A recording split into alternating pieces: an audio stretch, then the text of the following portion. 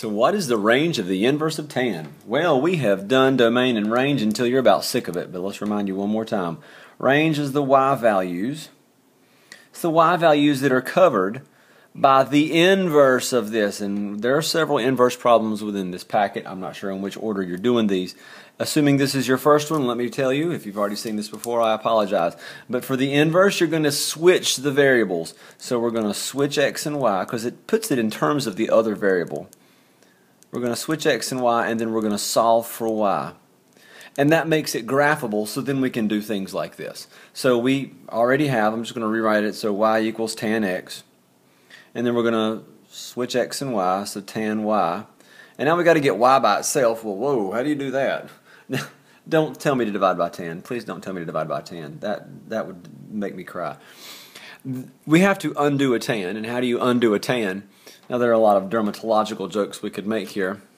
That's skin jokes. Skin, like, you know, a tan, you have a tan. Never mind. How do we undo a tan? Well, we do the inverse tan. You know, up until a certain point where you were learning right triangle trig, you dealt with things where you're finding sides, and then when you had to find an angle, you did this. There we go. So that is it. Now, the inverse normally is denoted with the -1. They didn't, so we're not going to go there, but let's just write that, and we'll just kind of go with it.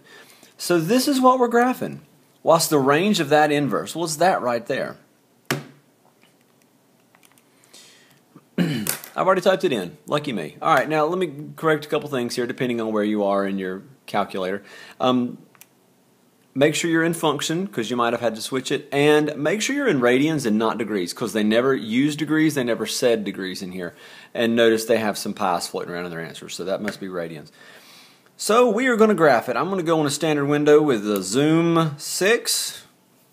There we go. That's what it looks like. So now the question is, what is the range? So it goes from here to here, and it looks like it kind of levels off.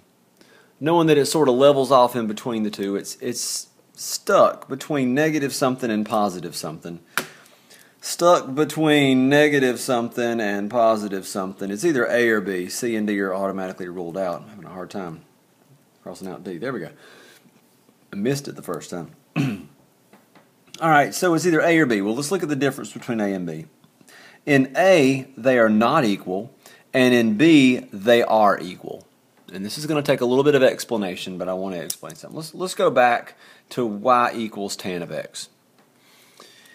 I remember saying something, and I'm going to draw what I'm about to say in just a second. It'll probably ring a bell. But I remember saying that the domain of the original function corresponds to the range of the inverse, and the range of the original corresponds to the domain of the inverse. Here, let me kind of write it out. So here's your function, and here was your inverse. And if we had some domain over here and some range for your function, and we have some domain here and we have some range over here, the domain of this one was the range of that one, and the range of this one was the domain. And there are some exceptions to that, but generally speaking, this is what it is. Now, if this is making no sense, basically, here it is.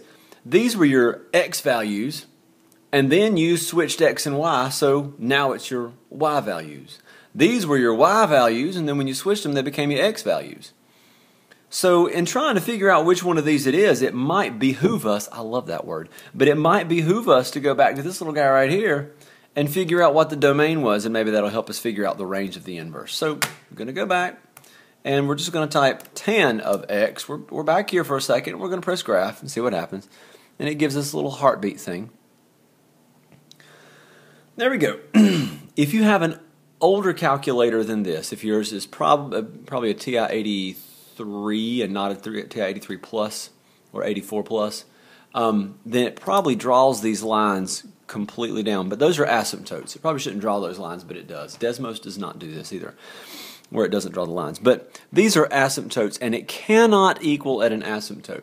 You remember on the unit circle, when we would have our little unit circle thing on the jig, and then you had the circle, and you were dealing with tangent, and when you got to certain points, tangent was undefined, so this was pi over 2, and this was 3 pi over 2. I'm not going to call it 3 pi over 2. I could, but I'm actually going to call it negative pi over 2, because you could go backwards and hit it. And this was undefined for tangent. I hope this rings a bell. Undefined. I'm trying to pull together like 3 different concepts here, and I really want it to come home and you can get it. I'll drive the point home here. Here, tangent was undefined here, and tangent was undefined here. So here's the point. It will never equal pi over 2 or negative pi over 2 because of the unit circle, and because at this point, this is pi over 2. At pi over 2, it's an asymptote. It will never equal this asymptote. Never will. It'll never touch it. It'll get really, really close, but it will never touch it. So because it will not equal, it cannot, well, it can't equal. The answer is A. Okay?